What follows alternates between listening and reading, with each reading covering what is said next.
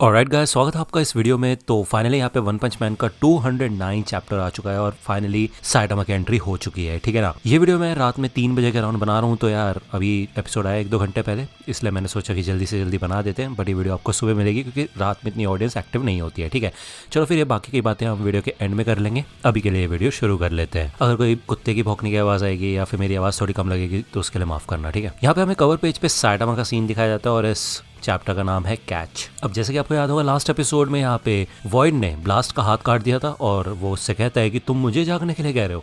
यहाँ पे वो उसके चेस्ट में तलवार डाल देता है और भाई उसको ऊपर उठा देता है पूरा और कहता है कि जागने की जरूरत तुम्हें है, समझे। सुनने में आया है कि तुम एक प्रो हीरो इंडस्ट्री के टॉप पे पहुंच चुके हो। और मैंने ये सुनते साथ ही कहा, हाँ ऐसा किया होगा तुमने। मैं जानता हूँ कि तुम कैसे इंसान हो, हमेशा उच्च विचार रखते हो लेकिन अपने आसपास वालों को मुसीबतों में डाल देते हो। तो बताओ मेरे को, आज तक कितने लोगों की जान बचाई है तुमने? और वैसे मैंने सुना है कि तुम्हारा एक बेटा भी है कि नहीं? तो यहाँ पे ये सुन के तो ब्लास्ट डर जाता है क्योंकि ऑब्वियस सी बात है, और उसके बेटे के बारे में उसको कैसे पता, और अगर पता है तो उसके बेटे की जान भी खतरे में है।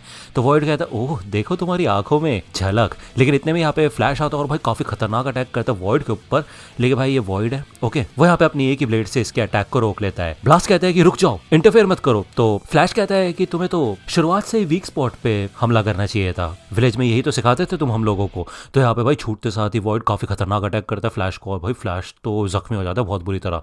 इससे पहले कि फ्लैश नीचे गिरे इतने में भाई सोनिक आके बहुत खतरनाक किक मारता है, लेकिन इस अटैक को डॉज करके यहाँ पे ऊपर चला जाता है वॉइड। वॉइड कहता है कि मैं तुम सब बच्चों को मिट्टी में बदल दूंगा अपनी डायमेंशन ब्लेड से। मैं सोच रहा था कि मैं तुम्हारे ऐसे टुकड़े टुकड़े ना करके तुम्हारे साथ नजदीकी से खेलूं, लेकिन बस बहुत हो गई ये बकवास, अब मरो। यहाँ पे वो अपनी डायमेंशन स्लैश का इस्तेमाल करता है और भाई ये रे इनकी तरफ बढ़ रही होती है और बढ़ते बढ़ते यहाँ पे भाई बीच में फॉरेस्ट में रुक जाती है। तो यार ये सबके सब लोग शॉक हो जाते हैं। भाई वॉइड भी सोचते चल क्या रहा है यहाँ पे और हमें दिखाया जाता है साइटामा ने अपने 2 उंगलियों से ही यहाँ पे इस पूरी डायमेंशन स्लैश को रोक लिया होता है।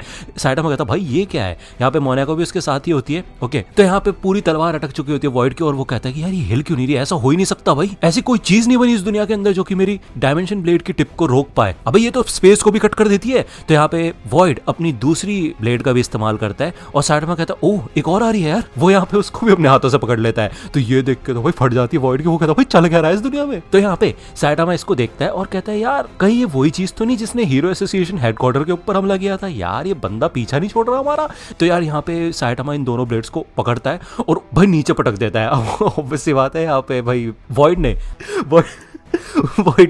ये दोनों ब्लेड पकड़ रखी थी, तो भाई वो तो नीचे जमीन में धस जाता है। इसे देख के ब्लास्ट सोचता है भाई चल क्या रहा है ये, और फ्लैश और सोनिक भी इधर ही आ जाते हैं। अब ये दोनों की दोनों ब्लेड यहाँ पे साइटामा के हाथ में आ जाती है और वो कहता है ओह निंजा स्वॉर्ड्स, अब ये क्या सीन है। तो भाई वॉइड तो छूटते साथ ही यहाँ पे जमीन से बाहर निकलता है और कहता है मेरी डायमेंशन ब्लेड्स किधर गए भाई। इतने में यहाँ पे वो कुछ सोच पाए, फ्लैश और सोनिक दोनों के दोनों आते हैं और वॉइड के ऊपर हमला करते हैं। वॉइड यहाँ पे अपनी फिंगर क्रॉस करता है, लेकिन इतने में यहाँ पे ब्लास्ट कहता है कि तुम अब यहाँ से बच के नहीं जा पाओगे।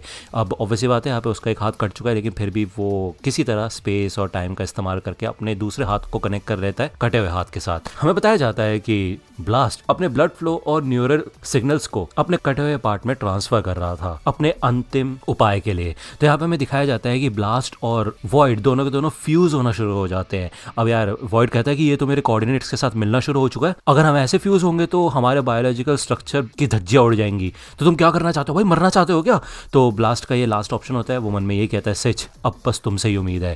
तो यहाँ पे हमें पहले का सीन दिखाया जाता है। सिच कहता है कि ये क्या बकवास कर रहे हो ब्लास्ट तुम। तो ब्लास्ट कहता है कि हाँ मैं कह रहा हूँ कि अगर हमारे पास कोई और चारा नहीं बचा तब मेरे को ऐसा करना पड़ेगा। अगर मैं किसी भी तरह उसको कैप्चर नहीं कर पाया तो मेरे को उसके साथ फ्यूज होना पड़ेगा, जिसके बाद तुम हमारे ऊपर मॉन्स्टर सेल सेपरेशन टेक्नोलॉजी का इस्तेमाल करना और हमें अलग अलग कर देना। हाँ अगर ऐसी सिचुएशन आती है कि तुम्हें हम दोनों में से किसी एक की जान बचानी पड़े तो प्लीज उसकी जान बचाना, ठीक है। तो यहाँ पे यही सिचुएशन आ चुकी होती है क्योंकि ब्लास्ट को रियलाइज हो चुका होता है कि भाई वो वॉइड को जिंदा तो नहीं पकड़ सकता, तो ये फ्यूज होने लग जाते हैं।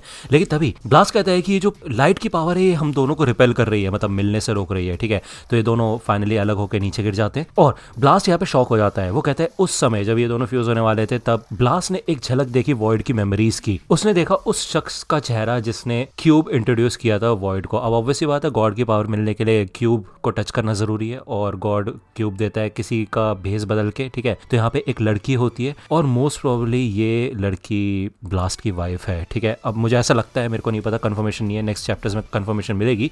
और ऐसा लगता है कि अब ये बात तो साफ है कि भाई वॉइड और ब्लास्ट पहले फ्रेंड्स थे, तो वॉइड ने भरोसा किया होगा ब्लास्ट की वाइफ पे, जो कि असलियत में ब्लास्ट की वाइफ नहीं बल्कि गॉड ही था, ठीक है ना, रूप बदल के, और उसने क्यूब दिया था यहाँ पे वॉइड को। ओके, तो ये देख के तो भाई शॉक ही हो जाता है ब्लास्ट, मतलब ये दोनों शॉक हो जाते हैं। एनीवे, ये चैप्टर यहीं पे खत्म होता है। नेक्स्ट चैप्टर आएगा 2 हफ्ते बाद, और मुझे पता है ब्लीच की वीडियो पेंडिंग है, आज मैं बनाता हूँ उसको, मतलब रात में वीडियो बना रहा हूँ ना, तो देखूंगा आज करने की कोशिश करूंगा वॉइस ओवर, और कोशिश करूंगा आज ही आपको वीडियो में मिल जाए। एनीवे, अगर आपको वीडियो पसंद आए तो लाइक करना, सब्सक्राइब कर लो अगर चैनल पे नए हो तो। मिलता हूँ आपसे अगली वीडियो में, तब तक के लिए गुड बाय।